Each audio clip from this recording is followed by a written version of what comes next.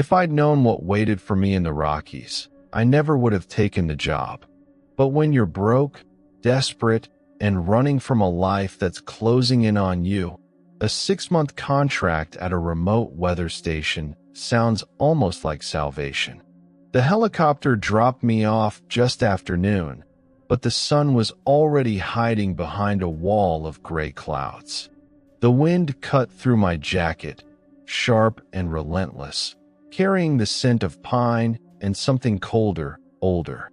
I watched the chopper lift off, its rotors scattering loose snow across the clearing, and then I was alone, truly alone, in a way I'd never felt before.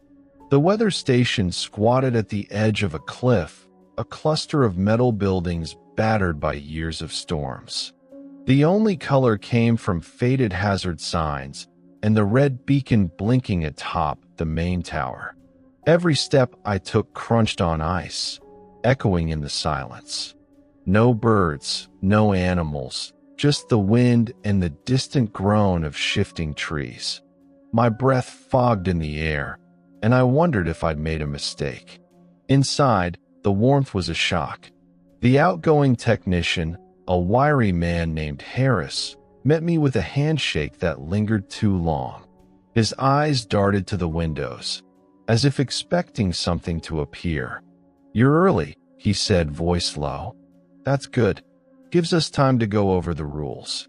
He handed me a battered notebook, its cover marked with stains and deep scratches. "Read this. Memorize it. Don't improvise. Don't get curious. And whatever you do, don't ignore the rules. Not out here." I tried to laugh it off, but Harris didn't smile. He glanced at the door, then back at me, his face pale beneath the fluorescent lights. "You'll hear things at night. See things, maybe. Doesn't matter. The rules are your only protection." He hesitated, as if weighing whether to say more, then leaned in. "If you see the lights in the trees, lock every door and don't look outside. No matter what you hear." He pressed the notebook into my hands, his fingers trembling. "Promise me." Harris led me through the narrow corridors of the weather station, his footsteps muffled by the rubber matting that lined the floors. The place was a maze of metal and humming machinery, every surface worn smooth by years of use.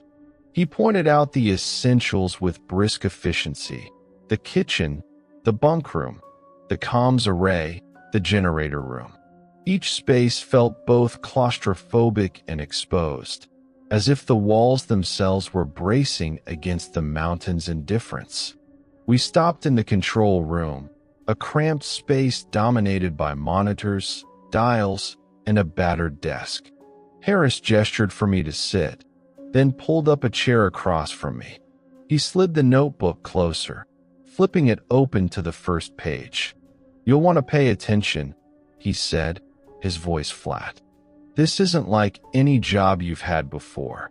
I glanced at the list, expecting the usual safety protocols, emergency contacts, evacuation routes, maybe a checklist for the equipment. Instead, the rules were handwritten, each one underlined in red ink. Some were practical. Always check the generator fuel at dusk. Others were strange. Never leave food out after dark. Never. And some were downright unsettling. If you hear knocking from the storage room after midnight, do not respond. Do not investigate. Harris watched my reaction, his eyes never leaving my face. "You think it's overkill," he said, not unkindly. "Everyone does it first. But you'll learn. The Rockies aren't just cold and lonely. There are things out here that don't care about science or reason. The rules keep you alive." I tried to mask my skepticism, but he saw through it. "Look, I know how it sounds. I thought the same when I started. But I've seen what happens when people get careless. Or curious." He tapped the notebook. "You follow these, you'll make it to spring. You start thinking you know better, you might not make it to morning." He stood and motioned for me to follow. We walked the perimeter, boots crunching on the frozen ground. He pointed out the motion sensors, the emergency beacon, the backup fuel tanks. Every night, before sunset, you check every lock, every window, twice. If you find one open, you close it and mark it in the log. If you hear voices outside after dark, ignore them, no matter what they say, no matter who they sound like. I tried to laugh, but the sound died in my throat. You're serious? He stopped, turning to face me. Dead serious. Some rules are for safety. These are for survival. Back inside, he showed me the kitchen, warning me again about food. Anything left out after dark attracts attention. Not bears, not wolves. Something else. You'll know if you ever forget. He opened a cupboard, revealing rows of canned goods, each one labeled with the date it was opened. You keep track. You clean up. You don't get lazy. We moved to the bunk room, where two narrow beds sat against opposite walls. Harris's side was immaculate, everything folded and stowed. You'll hear things at night, he said, voice softer now. Sometimes footsteps in the hall, sometimes tapping on the windows. Don't get up. Don't look. If you have to use the bathroom, do it before midnight. After that, you stay in bed. I nodded, trying to memorize every detail, every warning. It felt like overkill, but Harris's intensity made it hard to argue. He handed me a laminated card, the rules printed in bold letters. Keep this on you. Read it every day. It's easy to forget when you're tired, when you're scared. But forgetting is how it gets you.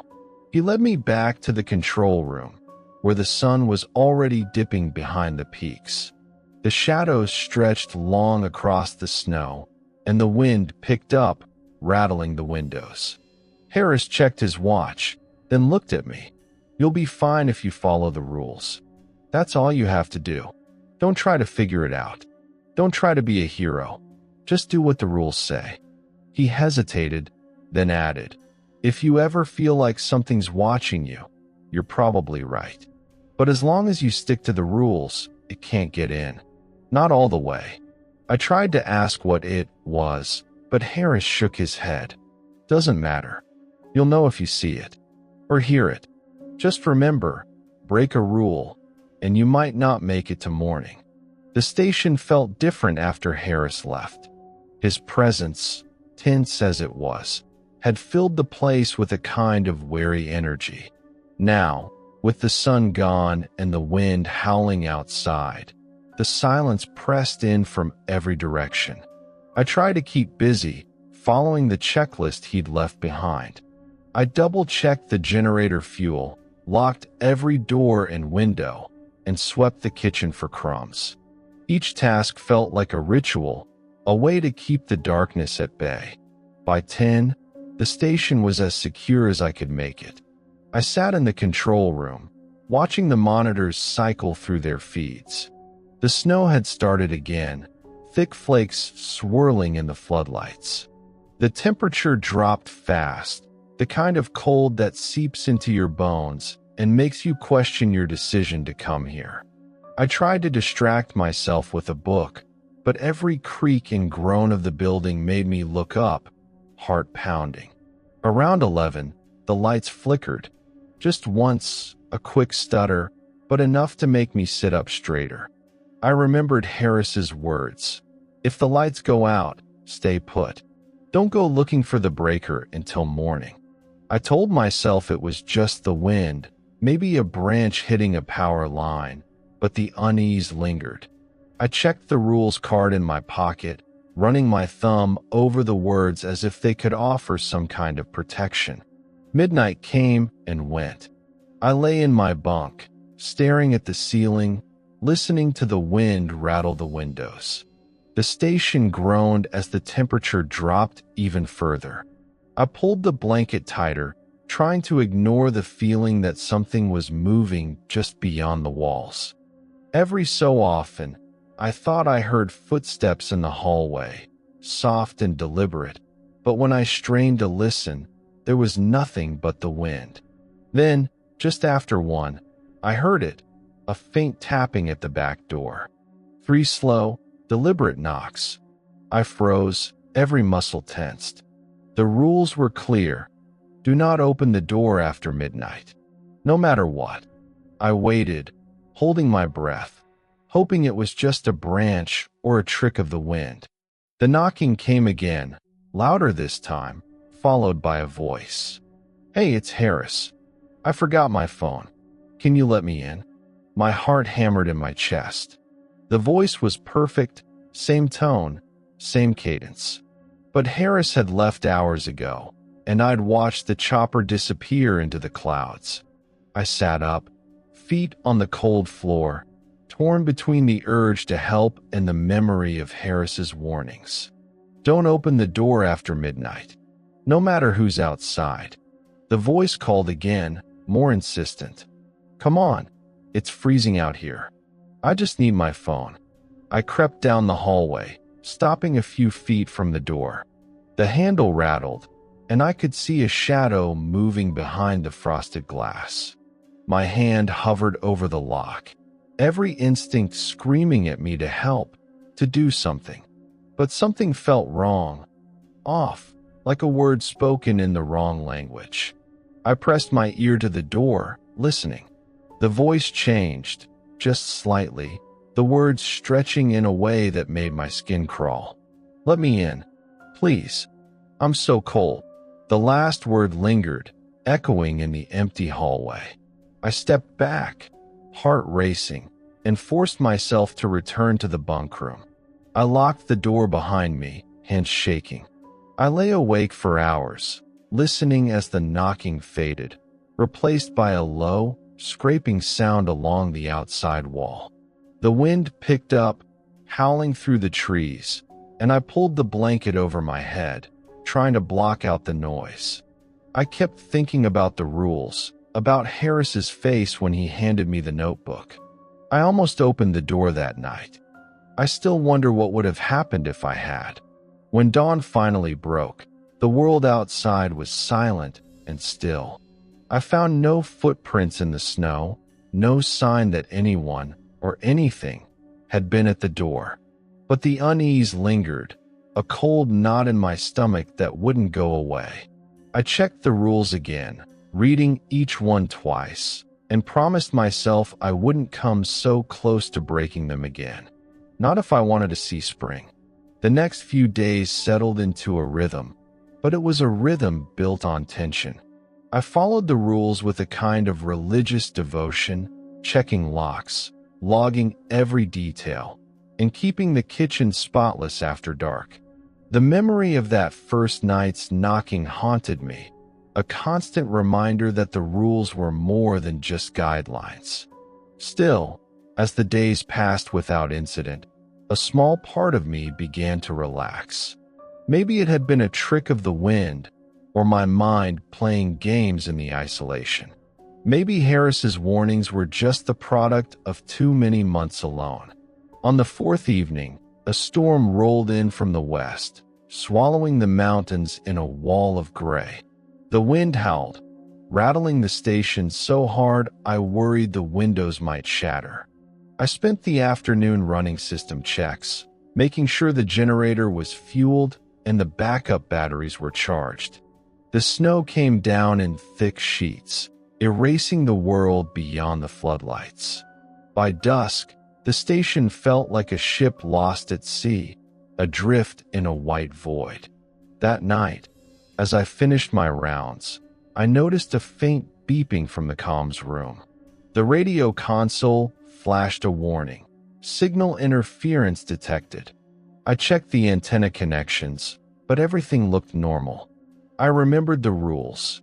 If the radio picks up static after midnight, do not attempt to adjust the frequency.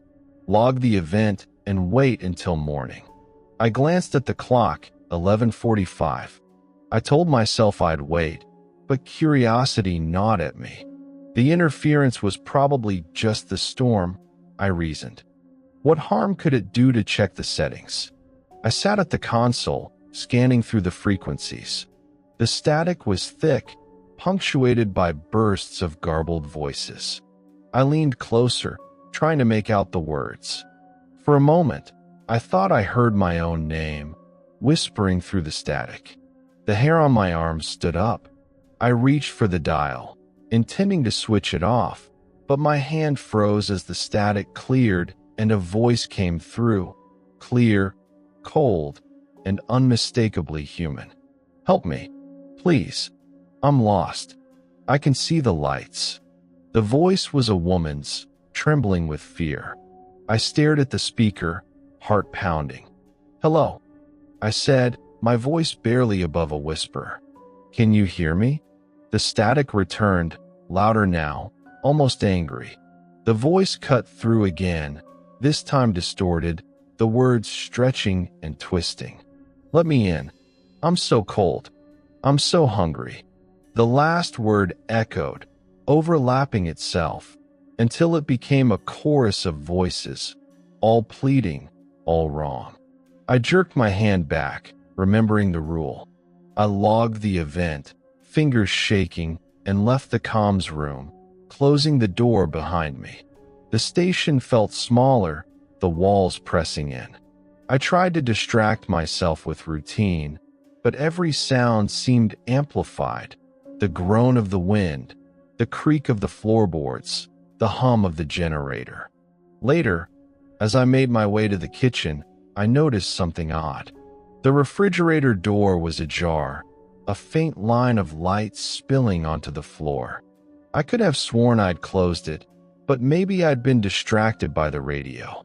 I pushed the door shut, checking the rest of the kitchen for anything out of place. A half-eaten granola bar sat on the counter, forgotten in my rush to check the comms. I cursed under my breath, remembering the rule about food. I threw the bar away, scrubbing the counter until it gleamed. That night, sleep was impossible. I lay in bed, listening to the wind and the distant rumble of thunder. Around 2, I heard footsteps outside, slow, deliberate, crunching through the snow. I sat up, heart racing, and crept to the window. A figure stood at the edge of the floodlights, just beyond the reach of the glow. It was tall, impossibly thin, its limbs too long, its head cocked at an unnatural angle. I couldn't see its face, but I felt its gaze, cold and hungry, fixed on the station. The figure moved closer, stopping just short of the light. It raised one hand, pressing it against the invisible barrier between darkness and safety. For a moment, I thought it would step forward, but it hesitated, as if testing the limits. Then it turned, melting into the storm, leaving only a trail of footprints that vanished as the snow fell harder. I stumbled back from the window, breath coming in short gasps. The rules weren't arbitrary. They were lines drawn in the sand, boundaries that kept whatever was out there from getting in. I thought about the open fridge, the granola bar, the voice on the radio. Each mistake, each slip was an invitation. The next morning, I found the footprints outside, half buried in the snow. They circled the station, stopping at every door and window. I followed them as far as I dared, but they ended abruptly at the edge of the clearing, as if the figure had simply vanished. That's when I realized the rules weren't just suggestions, they were warnings. Every detail mattered.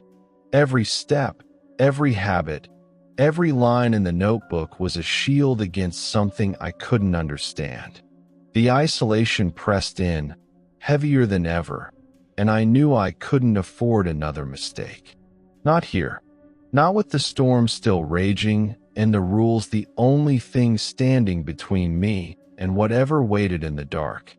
3 weeks into my assignment, the monotony was broken by a rare event, a scheduled maintenance visit. The company sent a technician named Paul, a stocky man with a sunburned face and a laugh that echoed through the station. He arrived by snowcat, grumbling about the cold and the drive, but eager to get his work done and return to civilization. I was relieved to have company, even if only for a day. The isolation had started to gnaw at me, and Paul's easy confidence was a welcome distraction. I gave him the tour, reciting the rules as Harris had done for me. Paul listened with a smirk, nodding along but clearly unconvinced. "You really buy into all that?" he asked, glancing at the laminated card I kept in my pocket. "Sounds like campfire stories to keep the new guys in line." I tried to explain, telling him about the knocking, the voice on the radio, the figure in the snow. He shrugged it off, calling it cabin fever. "You spend enough time alone, your mind starts playing tricks. Trust me, I've seen it before." He winked, then set to work on the generator, whistling as if nothing in the world could touch him. The day passed quickly.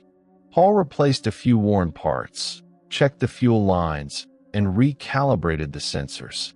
I hovered nearby, watching his every move, anxious that he'd miss something or break a rule without realizing it. As dusk approached, I reminded him to finish up and come inside before dark. He waved me off, saying he just needed a few more minutes to test the backup system. The sun dipped behind the mountains, and the wind picked up, carrying with it a chill that seeped through the walls. I paced the control room, checking the clock, willing Paul to come inside. When he finally returned, he was grinning, holding up a broken fuse. "Found the problem," he said. "Easy fix. You worry too much." We ate dinner together, and I made sure to clean up every crumb, watching Paul for any sign that he'd left food out. He rolled his eyes but humored me, tossing his wrappers in the trash. As midnight approached, I reminded him of the rule. Don't open the door after dark, no matter what. He laughed, shaking his head. "You really are spooked, aren't you?"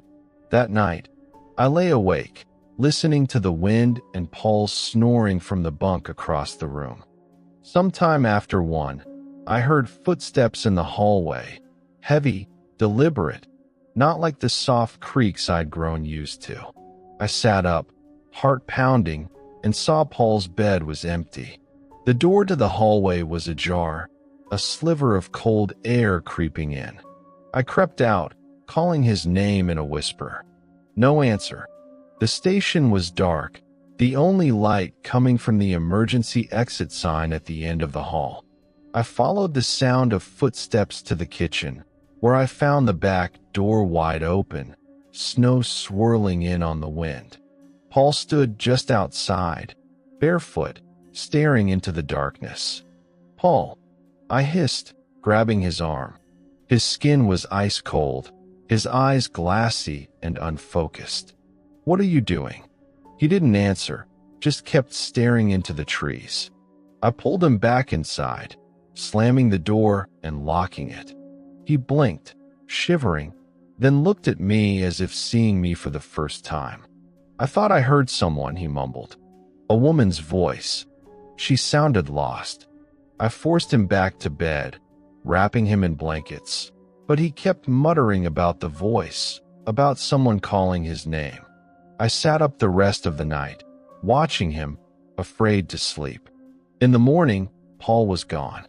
His bed was empty, the blankets tossed aside. The back door was open again, snow drifting in. I followed his footprints into the clearing, but they ended abruptly at the edge of the woods, just like the ones I'd seen before. No sign of struggle, no blood, just empty silence. I searched for hours, calling his name, but the only answer was the wind. When I returned to the station, I found his toolbox on the kitchen table, the tools neatly arranged as if he'd planned to come back. I sat down, numb, the weight of responsibility crushing me. I tried to warn him, but some people have to learn the hard way.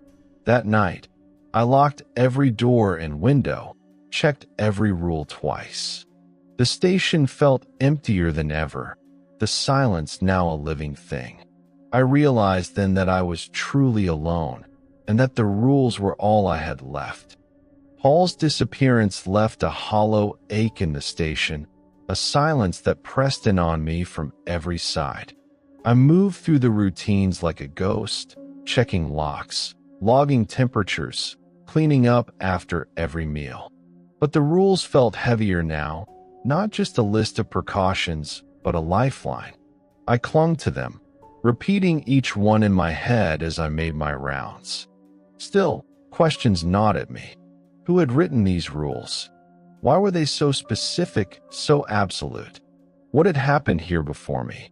One sleepless night, I found myself drawn to the storage room at the end of the hall. Harris had always kept it locked, warning me never to go inside after midnight.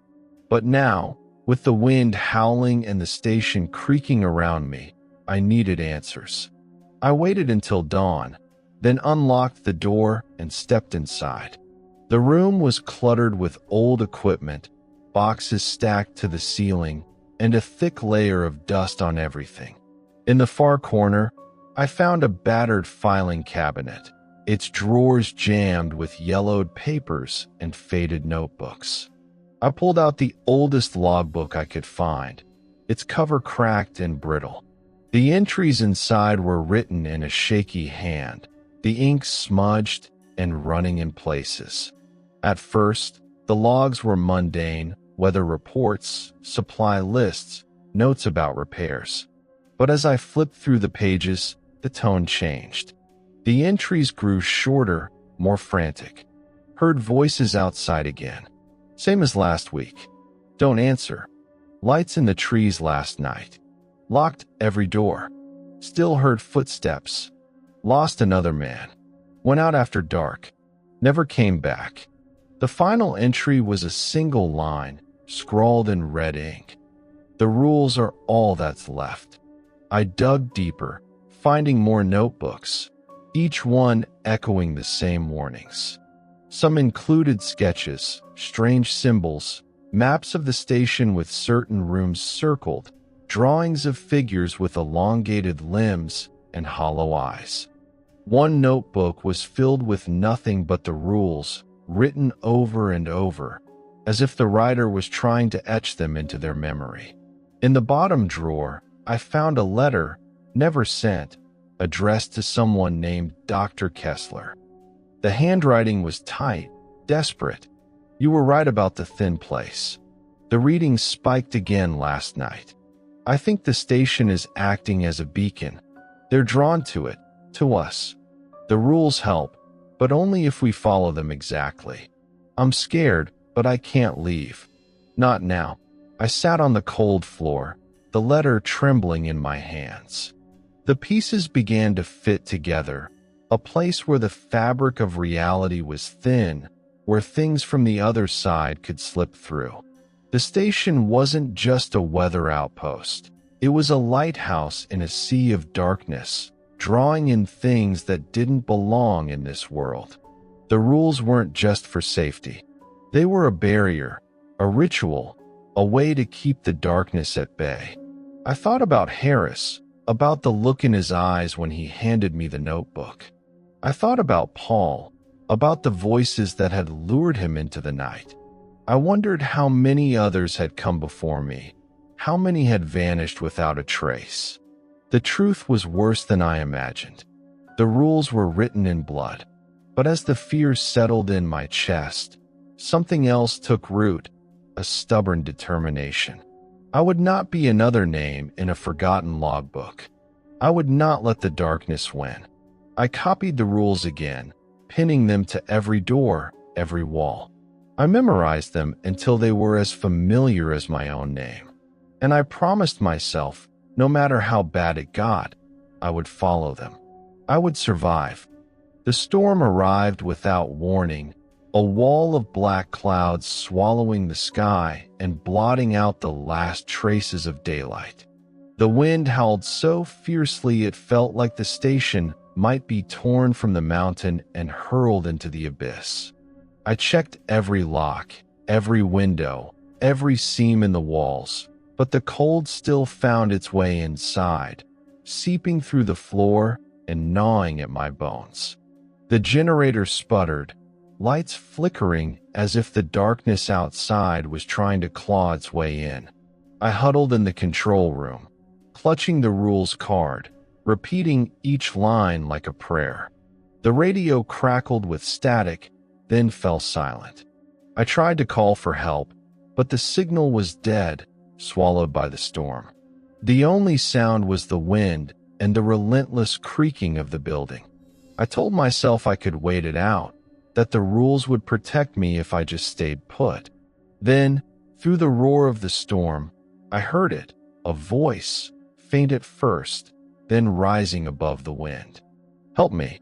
Please, someone help." It was a woman's voice, desperate and terrified, echoing through the radio speakers. I froze, every instinct screaming at me to respond, to do something. The rules flashed in my mind. If you hear voices outside after dark, ignore them, no matter what they say, no matter who they sound like.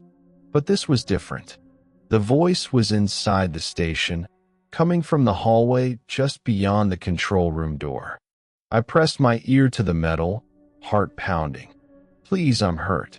I can't move. Please, help me." The voice was so real, so full of pain, that I felt my resolve begin to crack. What if someone had made it to the station, lost in the storm? What if I was the only thing standing between them and death? I hesitated, torn between the rules and my conscience. The voice grew weaker, fading into sobs. I gripped the doorknob, sweat slick on my palms. I had to choose, break the rules or break myself. I opened the door. The hallway was empty, shadows flickering in the weak emergency lights. The air was colder than before, thick with the scent of ozone and something rotten. I stepped out, calling softly, "Hello? Where are you?" The voice answered from the far end of the hall, behind the storage room door. "In here. Please, hurry." I moved closer, every step heavier than the last. The door rattled, as if something inside was trying to get out. I reached for the handle, then stopped, the rules screaming in my mind. If you hear knocking from the storage room after midnight, do not respond. Do not investigate. I looked at my watch, 12:17 a.m. The knocking started, slow and deliberate, echoing through the metal. I backed away, but the voice changed, twisting into something inhuman. "Let me out. Let me in. Let me in." The words overlapped, layered with other voices, Paul's, Harris's, even my own. The door bulged, the metal groaning under the pressure. I ran, slamming the control room door behind me, locking it with trembling hands. The lights flickered, then died, plunging the station into darkness. I fumbled for my flashlight, the beam barely piercing the gloom. The pounding grew louder, shaking the walls, the voices rising in a chorus of rage and hunger. I remembered the logs, the warnings, the sketches of symbols. I grabbed a marker and scrawled the symbols on the door, on the walls, on my own skin. The pounding slowed, then stopped, replaced by a low, guttural growl that vibrated through the floor. I pressed my back to the door, whispering the rules over and over, willing them to hold. The storm raged outside, the station shuddering with every gust.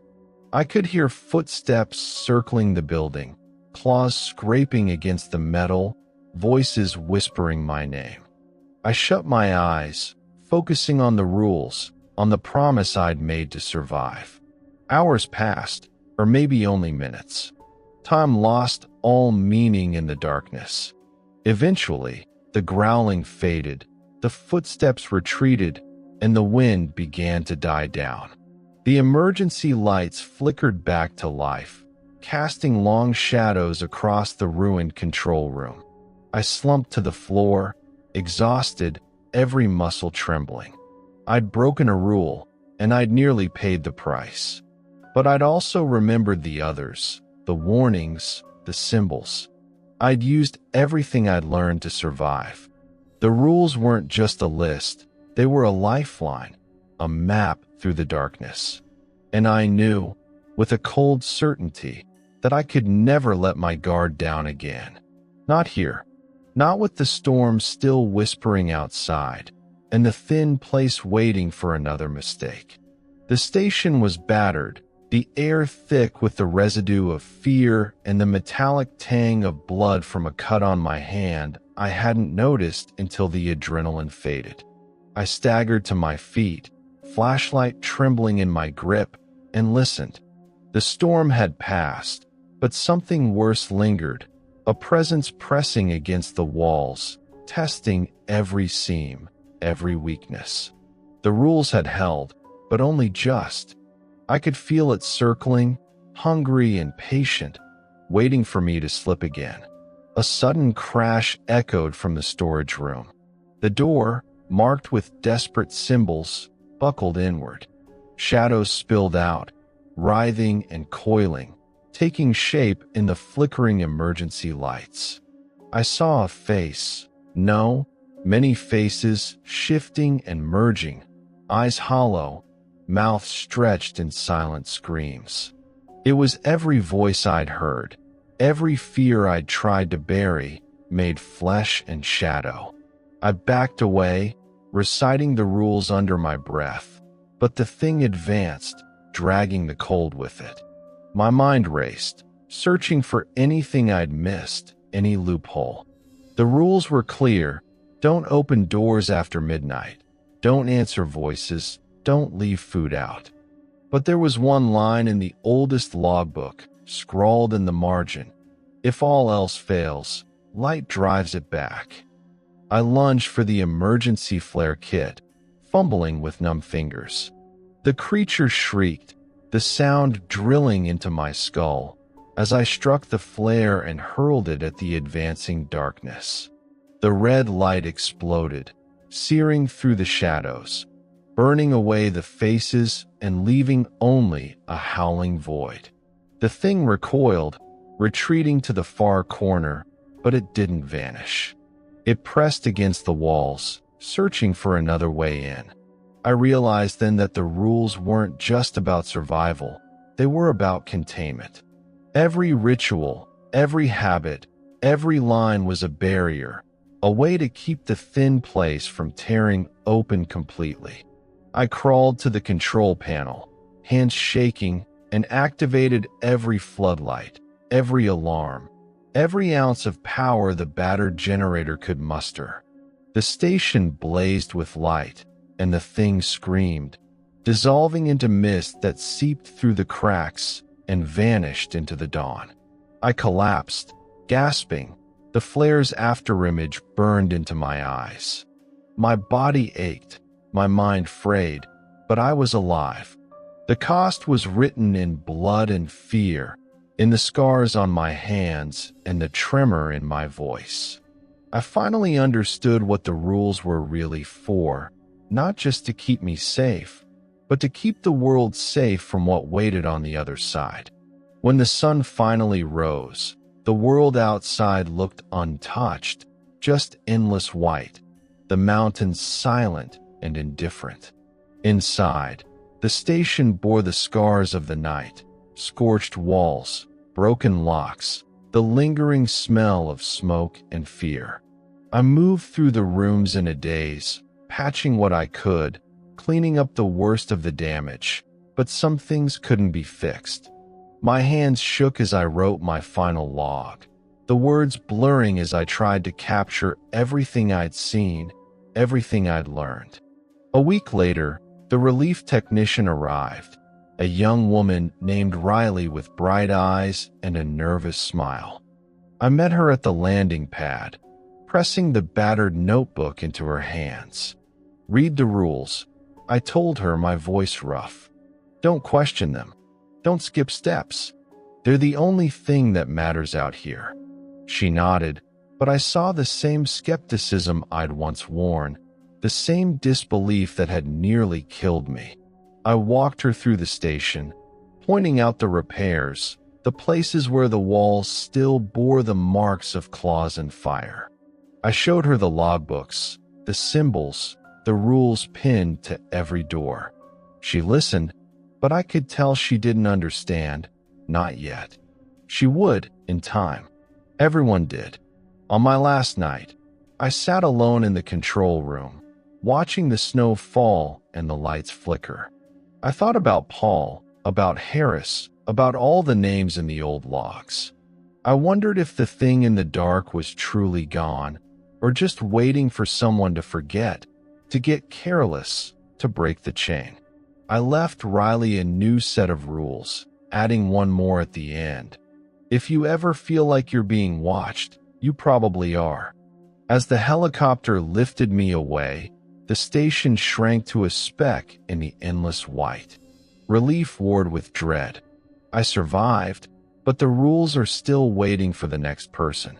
And somewhere in the Rockies, the thin place is still there, hungry and patient, counting down the days until someone else makes a mistake.